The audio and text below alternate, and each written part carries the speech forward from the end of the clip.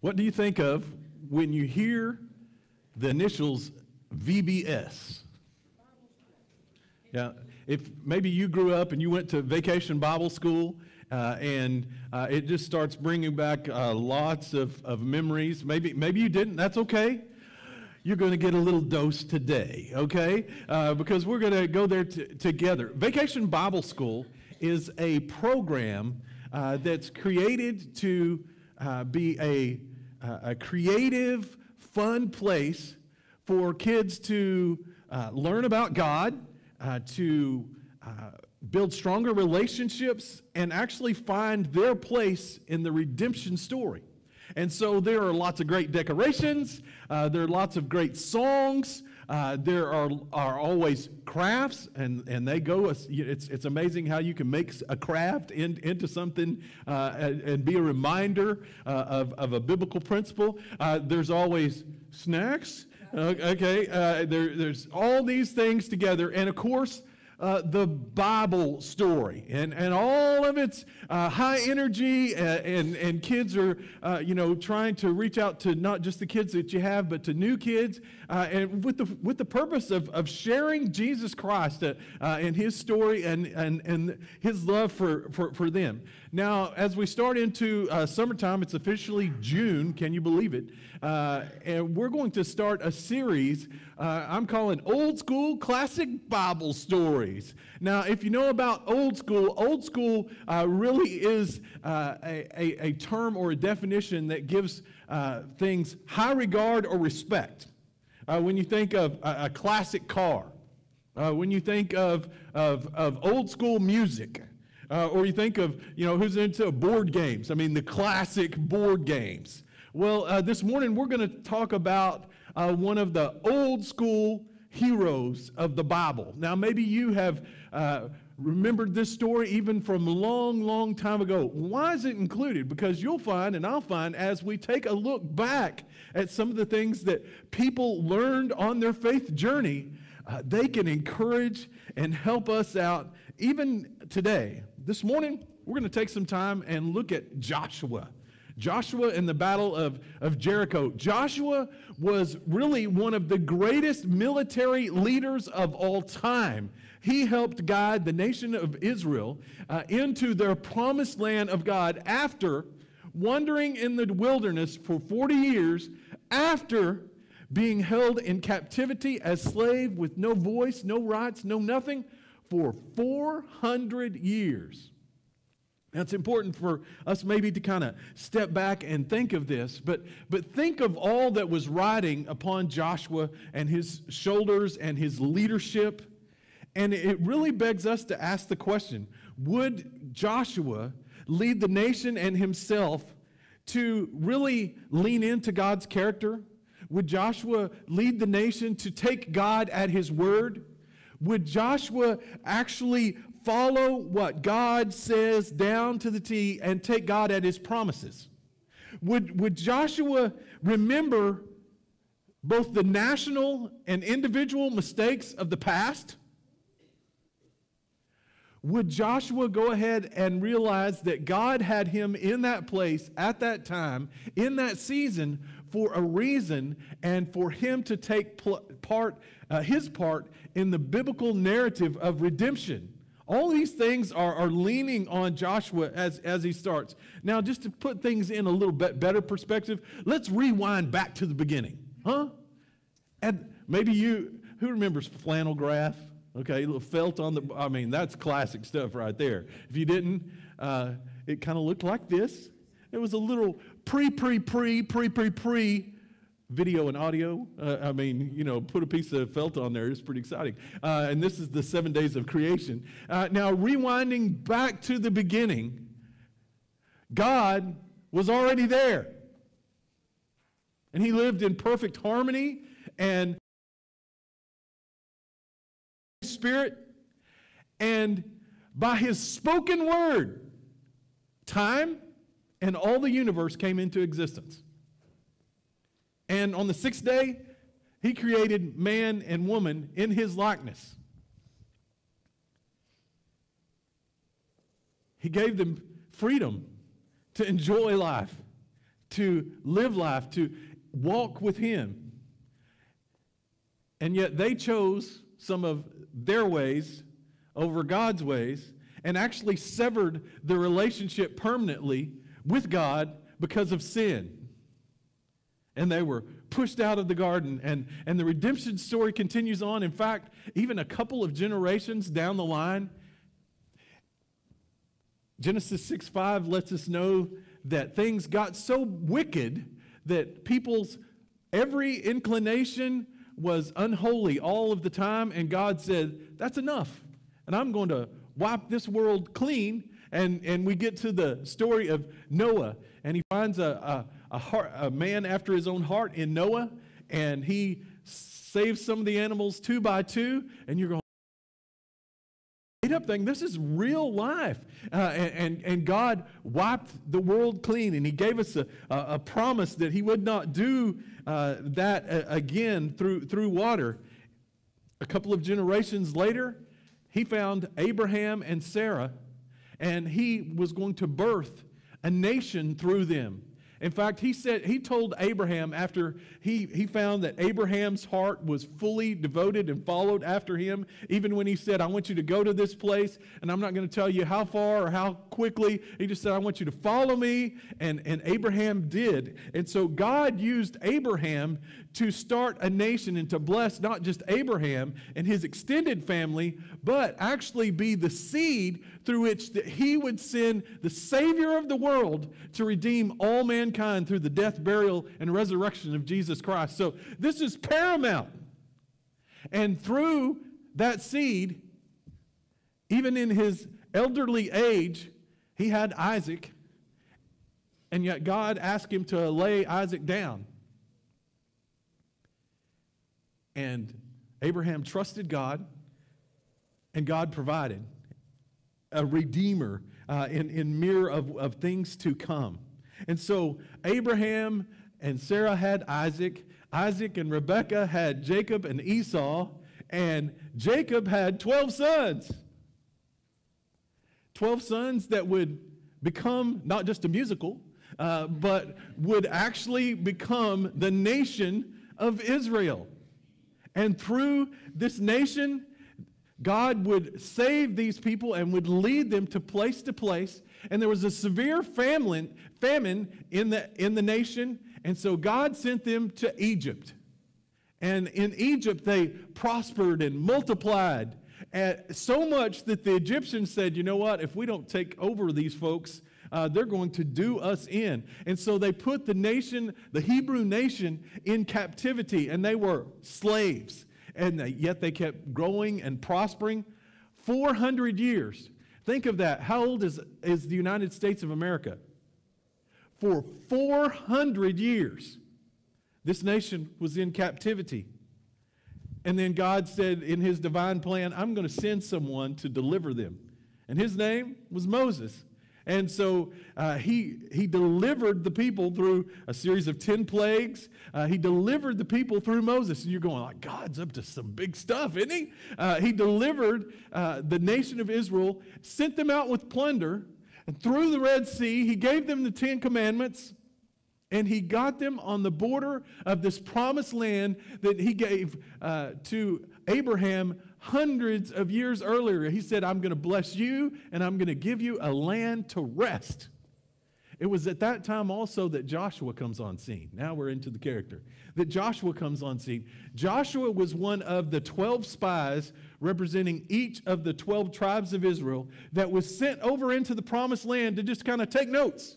And for 40 days, they looked at the land, and boy, was it amazing. It was all that they could have imagined coming from bondage and captivity. And when they came back, Moses had them report to the people.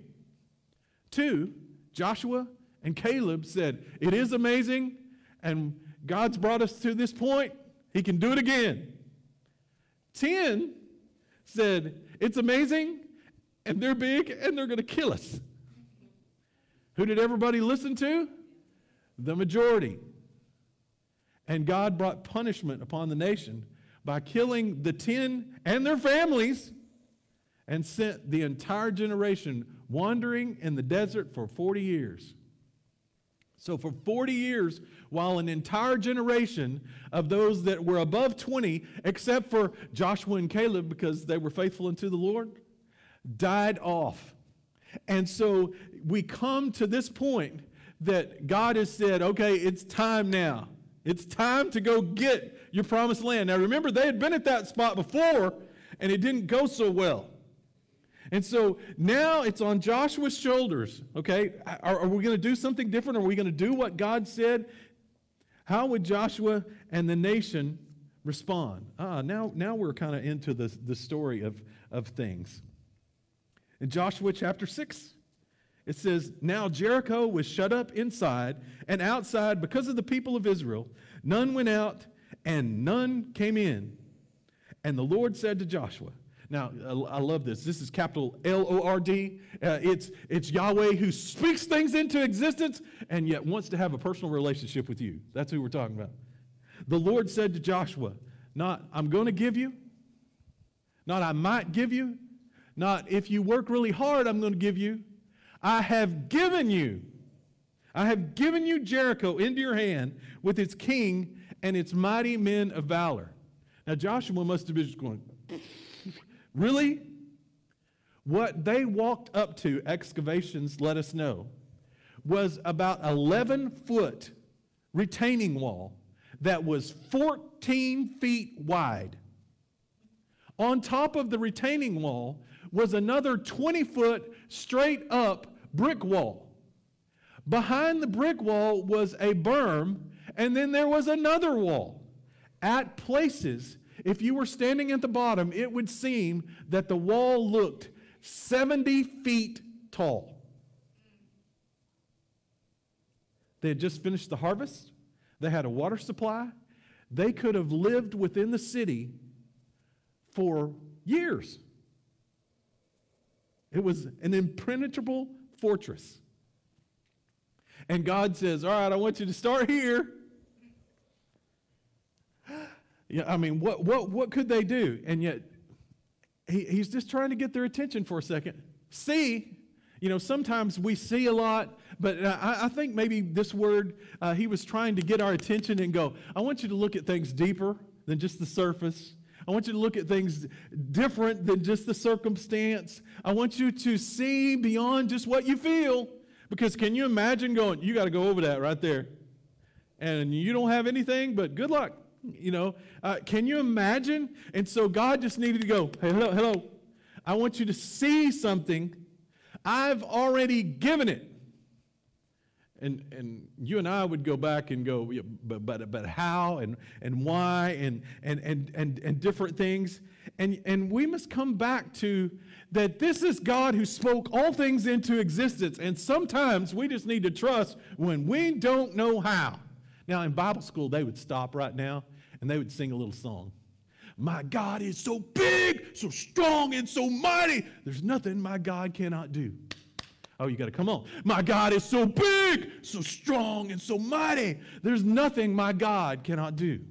The mountains are his, valleys are his, stars are his handiwork too. Come on now. My God is so big, so strong, and so mighty. There's nothing my God cannot do. We need to be reminded of the truth of who we're talking about. This is not just a helper. This is not just when we get in a big jam. This is God who spoke all things into existence. He has a story that he's completing. And he can use even me and you in the middle of that plan. Oh, that's why we need to do what, is at the beginning of Joshua. That's why we just need to meditate on this word day and night and let it saturate within us and come back to these stories over and over again and let it impact us. Maybe let God help us to see something new in that, because in this is life, and God's going to accomplish all he set out to do. Do you believe that? It takes more than just going, I'm pretty sure of that, or I agree with that. Oh, when you believe it, you start living your life from that perspective. The story goes on. You shall march around. Now, just to get an idea of this, Joshua has been in slavery. He's been doing hard labor. The guy must have been buffed out, okay? And then he goes into the wilderness. Now, wilderness, you're probably not just sitting over to the side, you're doing hard labor, making it, living. He was a fighter. He was a warrior. He was known for that. He was a military strategist. He's got hundreds of thousands of people without even a bullhorn to organize and to defend and to take over what God has given them. And so this is a big deal. And so God leans in and says, all right, I've already given this to you. Here's the plan. Great. For you will march around the city of all the men of war going around the city once, and thus you'll do for 6 days. And Joshua's got to be going, okay, where's the weapons? 7 priests shall bear 7 trumpets. We're going to lead with the choir. Okay, great. Before the ark, the 7th day you shall march around 7 times, and the priests shall blow their trumpets. We're going to have the guys blowing horns. Great. They're going to know exactly where we are. And when they make a long blast with the ram's horn, when you hear the sound of the trumpet, then all the people shall shout with a great shout, and the wall of the city will fall flat, and the people shall go up, everyone before him. Now, I don't know how he got this message, whether it was audible, whether it was written, whether it was an impression on his heart. I don't know that, but I do know how he felt. You're going to what? You're going to what? I mean, we're a military machine. And you want us to,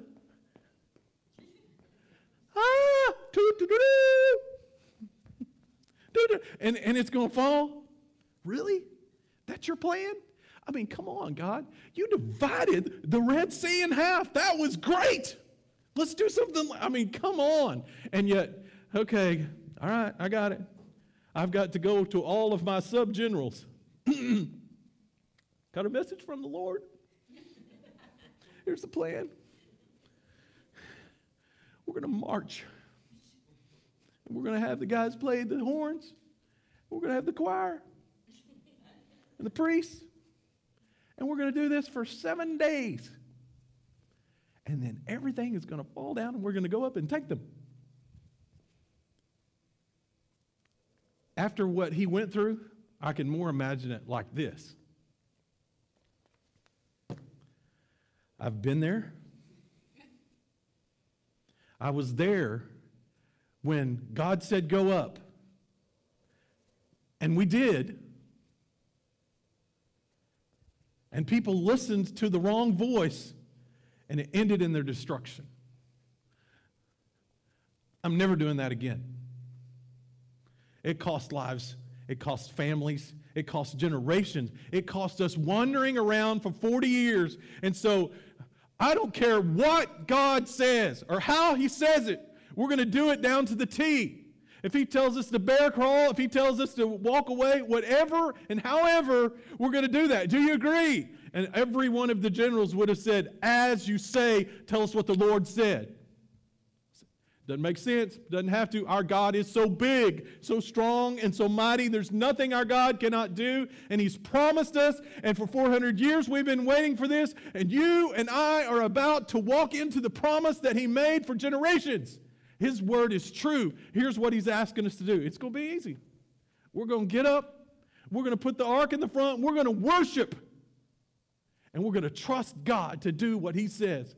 So get ready. And we're going to walk around this place. It's not going to be by force, but there will be a time where you will be called to fight. But not right now. Let's get your people ready. We march in the morning. Starting in verse 6. So Joshua, son of Nun, called the priests and said to them, take up the ark of the covenant, and let 7 priests bear 7 trumpets of ram's horn before the ark of the Lord, the physical presence of the Lord. And he said to the people, go forward, march around the city, and let the armed men pass on before the ark of the Lord. And just as Joshua had commanded the people, the 7 priests bearing the 7 trumpet horns before the Lord went forward, blowing the trumpets with the ark of the covenant of the Lord following him. Now, can you imagine what you were feeling like as you were marching? People have got to be looking over the wall and around, through their battlements and different things, and you're like, at first I can imagine them probably ducking their heads. I'm like, just marching, doing what God said, and did they still have questions why? Were they going, dude, why aren't we trying to battle ram their gate? Why aren't we trying to shoot something over their wall? Why aren't we just spending all our time removing some of these rocks and things like that? Why aren't we trying to store up or poison their water or something else? But we're marching, and yet they keep having to come back and remind themselves of what they were told to do. So the armed men were walking before the priests, who were blowing their trumpets, and the rear guard was walking after the ark while the trumpets blew continually. But Joshua commanded the people, "You shall not shout." Oh, great, we can't even talk? "Or make your voice heard. Neither shall any word go out of your mouth until the day I tell you to shout. Then you shall shout." So he caused the ark of the Lord to circle the city, going about it once. And they came into the camp and spent the night in the camp. They're asking why. They're asking why. And have you ever noticed that it's the beginning part that's always the hardest? When you're trying to go and do something, you want to make some changes physically, what's the hardest part? Getting up and putting your tennis shoes on. If you or you want to make a change, it's going ahead and not just having the ideas, but going ahead and start with a plan and everything in place. And so it was for them, really? You want us to march? And so I'm sure it was just hard. Like, how are we supposed to organize? Are we supposed to march in single file, 2 by 2? I'm sure it was just hard getting started. And so much of the change that we need to make today may be at the same place. We just need to get started. Trust the Lord and get started. Well, what do you do when you come up against something that you can't seem to get around? It's beyond your ability. What can you do to face a challenge that is way beyond your ability? Remember, they're marching around a 70-foot plus wall with people armed inside who say, "I don't want you to take," and everything is to their advantage. What do you do when you're up against something that's beyond your ability? That's what they were faced with. I wonder what they were doing when they were marching around. You know what I think? What God left them to do, to pray and to rehearse their confidence in the Lord, and not what they saw and not what they felt. Maybe that's a lesson for us today. What are you going through that is beyond your ability? Now, I'm not talking about if somebody else could do it easier or something like that. What's beyond your ability that you just go, "Man, I am in the deep end of the pool, drowning, and I don't know how to get past this"? Maybe God is having you circle around your marriage, and He wants you to pray it through. And just like them, it wasn't just one day. Maybe it's a season of days until God is ready for the breakthrough. Maybe it's about relationships that you need to do some circling and praying. Maybe it's your attitude. Maybe it's your finances. Maybe it's something physical. Maybe it's a wound of the past that you finally need to be quiet with everybody else and march and pray and march and pray and march and pray and pray. I'm glad that it took a while to get around. This wasn't just a, "Help me out, solve my problem. Make it fall down. You said you would." No, it took some initiative to go ahead and get up, to do what He said, and to march and pray, and to march and pray, to circle around this thing until maybe I wonder, maybe God was doing a work in their heart and just building their confidence up in Him. I wonder if they were rehearsing, God, we saw it. We were little, but we saw it. You split a sea in half, and we walked through it. Oh, God, do that again for us today. And how often did they have to go back and rehearse, oh, God, for 400 years. To Abraham, you gave this promise of this land, that you would give us this land and that you would provide and you would give us rest in this land, and that you would provide not just a seed for us even now, but that you're providing a Messiah for all the future nations. Oh, God, we trust you. And it just took going around. We trust you, God. We trust you, God. And maybe they were rehearsing the little things that they had seen God act and move on in the past, about how He was faithful when he provided for them in the desert. Whether it was giving them food to eat, whether quail, whether manna, whether it was just not letting their shoes wear out until they could get a place that would sustain them. God did all that. In fact, He was giving them a cloud by day and fire by night. He was saying, go when I say go, stop when I say stop. They got to experience all of that. And now, would they trust God to do what He said? He was giving them time to think through it. It's not going to just be, I'll do it. Yeah. No. You're going to have to show me. Do some marching, baby. Do some marching. Do some marching. Get up, and again today, even when you don't feel like it, even when the circumstances are beyond your ability and you just don't feel like it again, get up and march and circle it in prayer. Now, just as a physical reminder, this is Bible school, I know this is dangerous. I'm going to give you a circle just as a reminder that there are some things, a visible reminder, there's some things that maybe you need to circle up in prayer. There are going to be some circle up prayer. And I know we got everybody that's going to be going, and bite them, chew them, slap them. This is your circle. This is not your weapon, okay? All right, so I'm going to send you out. Now, they're different size rubber bands, so take one and pass it around. Yeah, we do everything in our offering plates, Take one, and just a reminder, I put one on my wrist. Just a reminder of the things that I need to continually circle. Now, I don't know about you. There are going to be moments that I'm going to forget, and I'm going to start complaining about, I'm having to march again, and this is what I'm going to do with mine. Ow. Okay, wake up. I'm marching. My job is what? To figure it all out? Nope. Is my job to run in and fight? It's not until He says, go fight. There are times that He has called me to march and be faithful in prayer. So, they did this one day. They did this one whole day. But God wasn't done, starting in verse 12.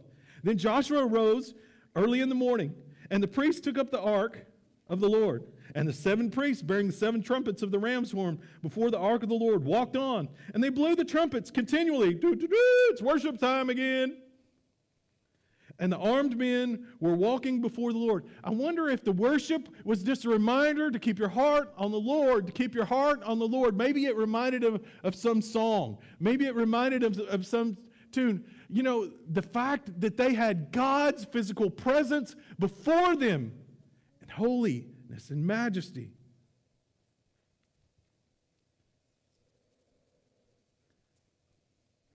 And the second day they marched around the city once, and they returned to camp. So they did this for 6 days. First day may have been easy. Second day, started maybe questioning. How many of the army guys were like going, dude, I fight. What's your job? I fight. You're making me march. He'd have given me tennis shoes if he wanted me to march. I got war boots, okay? I'm ready to kill something. I fight. And how many did Joshua and Caleb, when somebody was talking, just go mow them over and knock them into place and go, no, dude. The last time somebody did this, the earth opened up and swallowed them and their families. God means business. We're going to do it His way. At all costs. You march and you pray. Yes, sir. You march and you pray. How many of us are just praying, God, solve my problem. Solve my problem. Make me feel right about life. Make this all make sense. Fix everything. See, God knows you want him to solve your problem. But God's priority is to what? Change your heart. He needed to remind the entire nation as they march, I got you. I know exactly where you are. I've got promises that you can count on day in and day out. And when you can't see them, when you don't feel them, I've got you. Over and over they marked and watched and marched and watched and just prayed and had to rehearse that truth. As God reminded them, I want you to change your heart. Oh, and when your heart is changed, oh, you be ready because God's about to do something amazing. You're like, my heart's ready. My heart's ready. Do I know how many seasons? Or can I say, well, I did this for 7 days. How come he hasn't changed with me? You can't. Some of the struggles that you will deal with will be a lifetime. But in the greater scheme of the redemption story, they are but a small portion.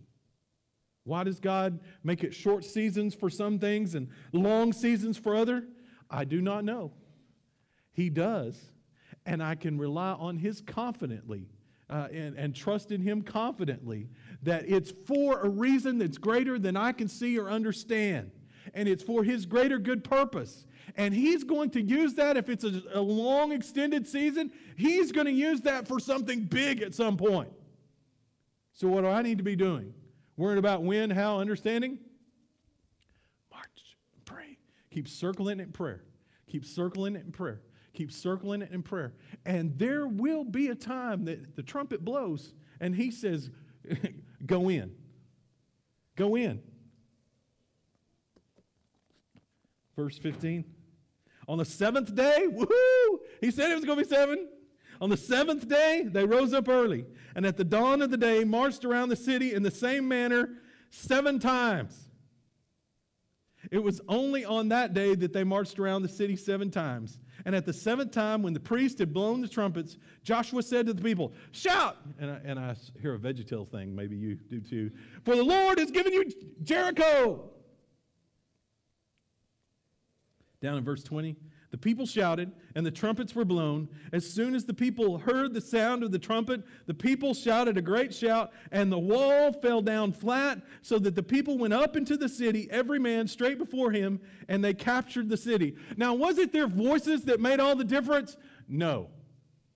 It was their God that did what he said he was going to do when he said, and the wall fell down in just a way that it just made a ramp up to God's promises.